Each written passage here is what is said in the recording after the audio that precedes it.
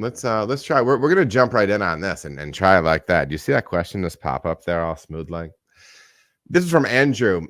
Hey Adam, have you ever ran into pre-boil volume issues because your grain was stored too hot? I'm trying to chase down a seemingly random issue with being short on volume by almost 20%, which sounds improbable. Okay, so let's try to jump into this a little bit.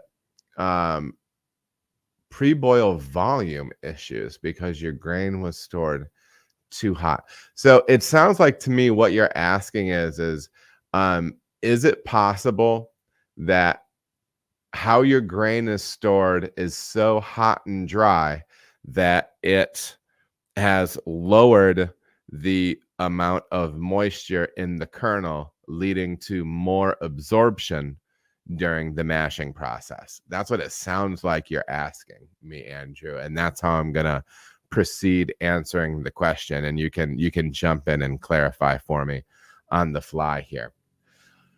I mean, I guess that's possible, right? I'm trying to remember off the top of my head what moisture content is going to be on the. Okay, bingo, good. We're on the same page. Or BIGO, either way. Yeah, I mean, I guess it's possible. But off the top of my head, I mean, I'm thinking moisture probably is somewhere maybe around 4 or 5% on grain, maybe on malt. Maybe if somebody wants to look that up for me real quick, and I'll keep riffing, and you can drop it in the and you can drop it in the chat.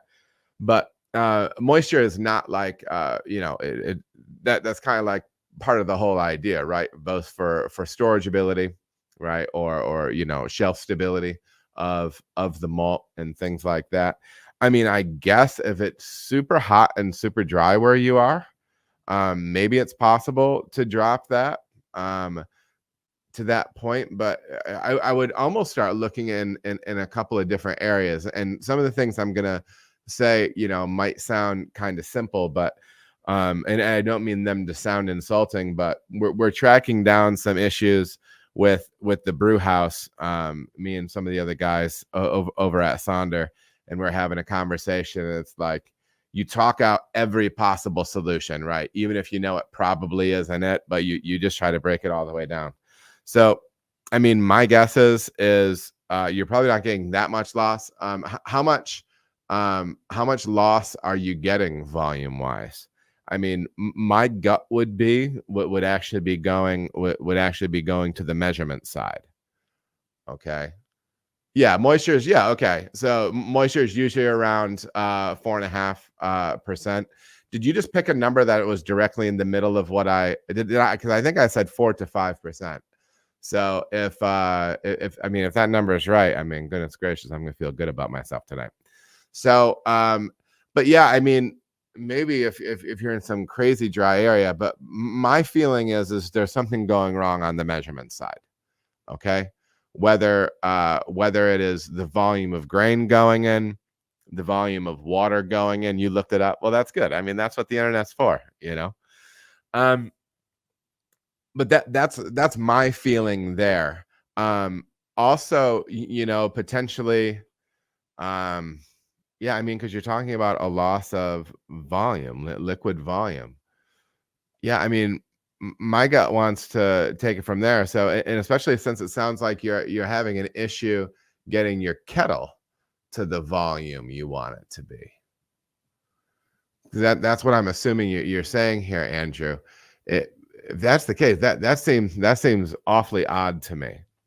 I do understand why you're, extra absorption could be a possibility, but that one's got me a little sideways, other than to say that potentially it's more on the measurement side, right? That's the only thing I can make of it.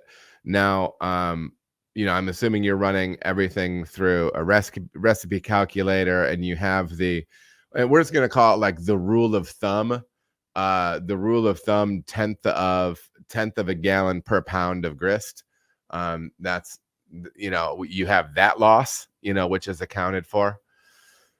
Andrew continues, I'm going to start weighing my water additions. Been brewing for 20 years, and this has happened 3 times this year. Even brewing sober. Yes, mistakes can be made, even when brewing sober. But yeah, I mean, maybe doubling back down on that side, man. So yeah, that would be my only guess, because with the moisture content so low already, I mean, man. First of all, it would almost be like you would have to willfully be trying to get that stuff drier. Is it incredibly like hot and dry where you are? Because and listen, I don't think it matters. I don't think that's what it is. I mean, maybe it would be a really small percentage of it if you're living in the hottest, driest area. But yeah. And it all comes back to note taking. You know what I mean? And get yourself a form for a brew log that you like, and take good notes, and try to track that stuff down. So I appreciate the question, man. All right, everybody, thank you so much for watching. If you feel as if you got any value out of the video, please like and subscribe. There are also other videos that you can watch. They're gonna maybe be over here or over here. Appreciate you watching.